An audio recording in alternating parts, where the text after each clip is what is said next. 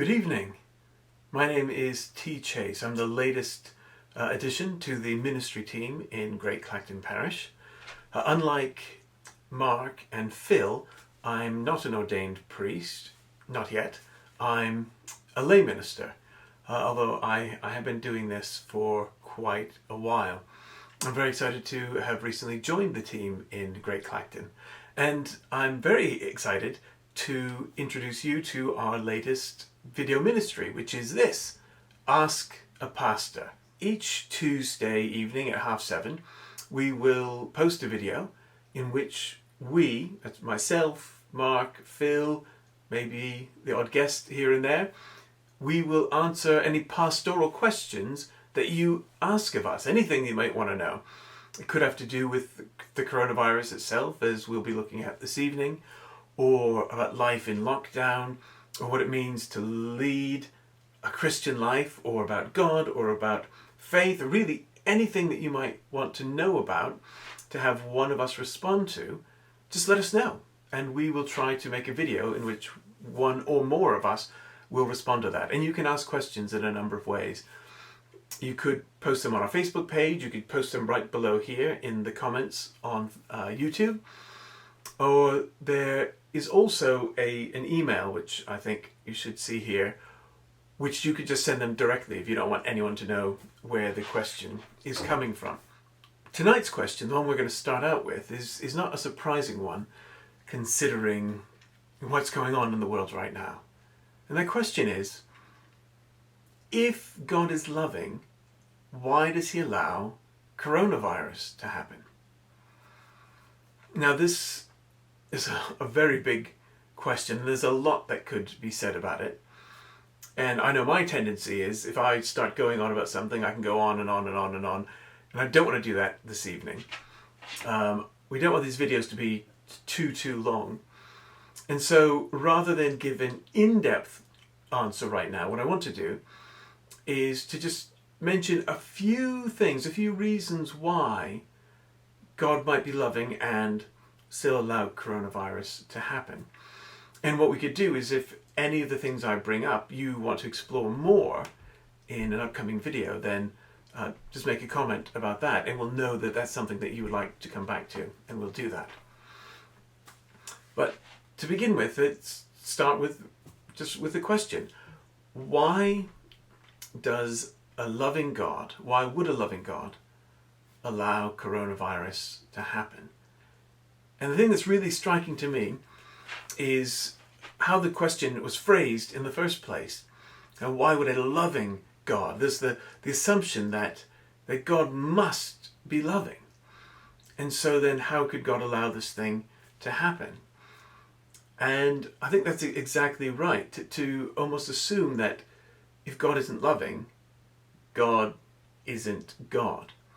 And that actually is a very biblical belief.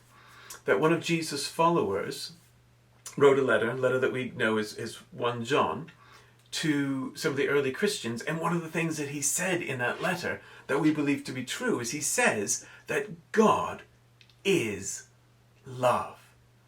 And he doesn't just say that God is a loving being, or he doesn't say that God feels love, but that God is love. And even more than that, when Jesus was trying to explain the Bible, really the Old Testament Hebrew scriptures, which are big and thick and full of all sorts of instructions and rules, he basically said, you know what, you can take all that and you can boil it down to just 2 instructions, 2 rules for living. One is just love God, and 2 is love other people. So God himself is love, and all he really asks of us, all he wants us to learn from him, is how to be loving to others in turn. And so it's very natural that we should assume that God must be loving. That is his nature. But if that's true, then how is it that he allows something like coronavirus to happen? Now, before we go any further and look at some possible reasons why, I do want to put things in a little bit of perspective.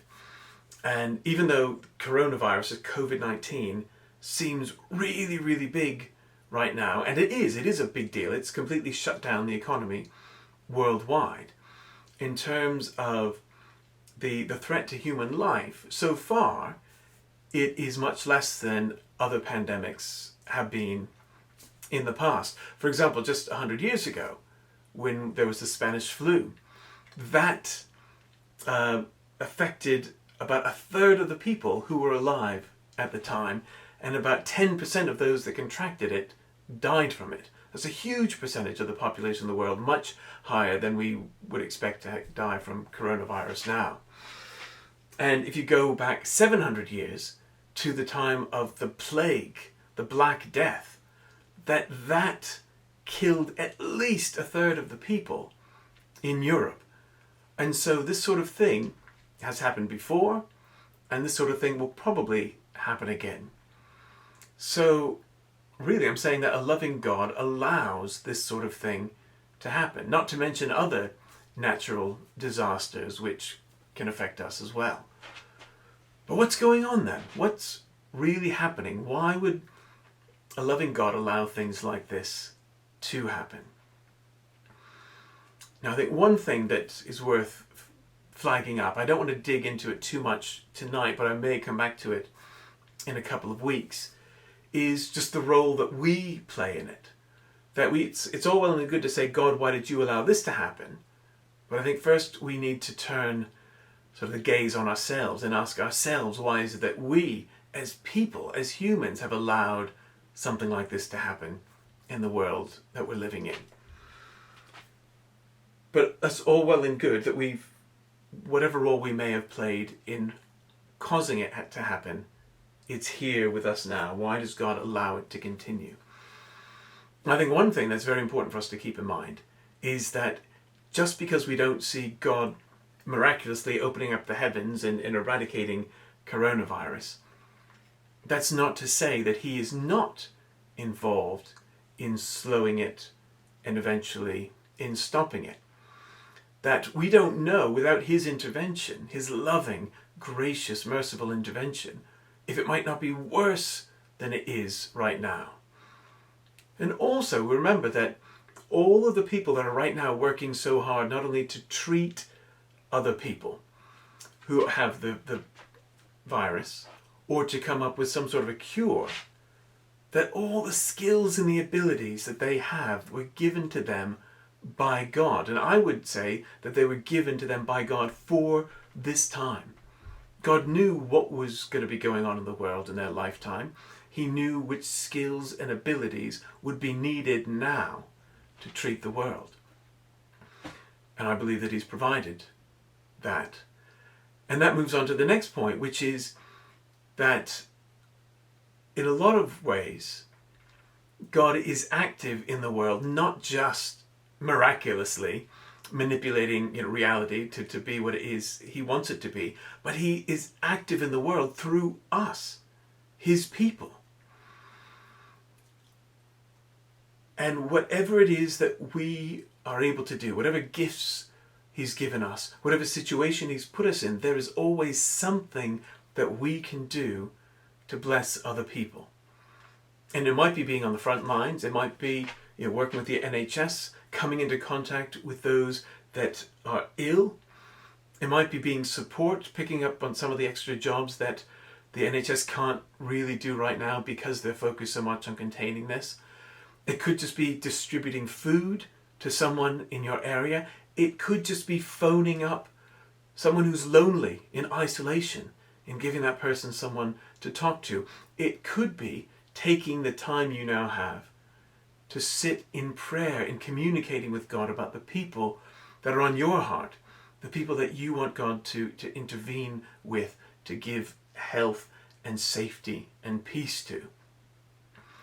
That God doesn't like to interact with the world on his own. He does it through us, the body of his Son, Jesus Christ. And that also gives us a chance to be actively loving. As I said before, God is love, and all he really wants of us is for us to love other people because he loves them. And he wants us to show the same love to them that he shows to us and that he feels for them. And when we're in times of crisis, that's when our true selves come out. It's when we're stressed that we see who we really are. Do we respond selfishly or do we respond selflessly?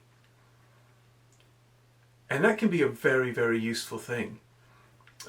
In one of the parables Jesus told, he was talking about the last day, the judgment day, and how all the people would come to him and he would separate them as if they were sheep and goats. And the sheep would go off to a nice place and the goats would go to a not so nice place. But in all the cases, what he said to them is, I know you because when I was in need, you were there for me.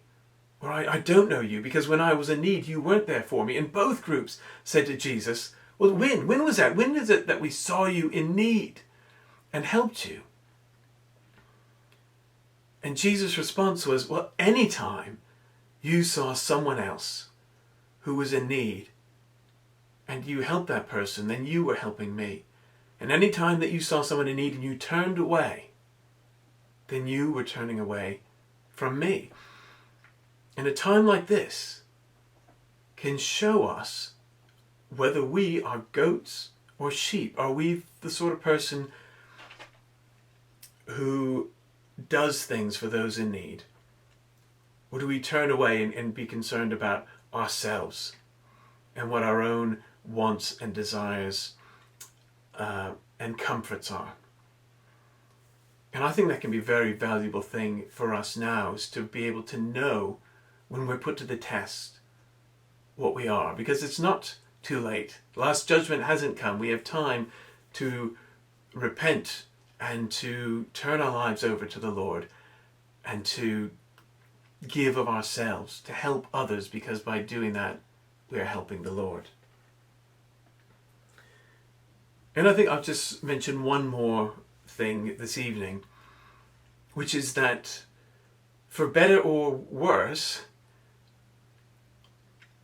a time like this gives us, the world, a chance to rest and reset. That we probably have already seen or heard stories about how the air is clearing, that there's not as much pollution anymore just after 2 months without human activity, that there are wild animals returning to areas where they haven't been seen for years and years and years. So we've got that.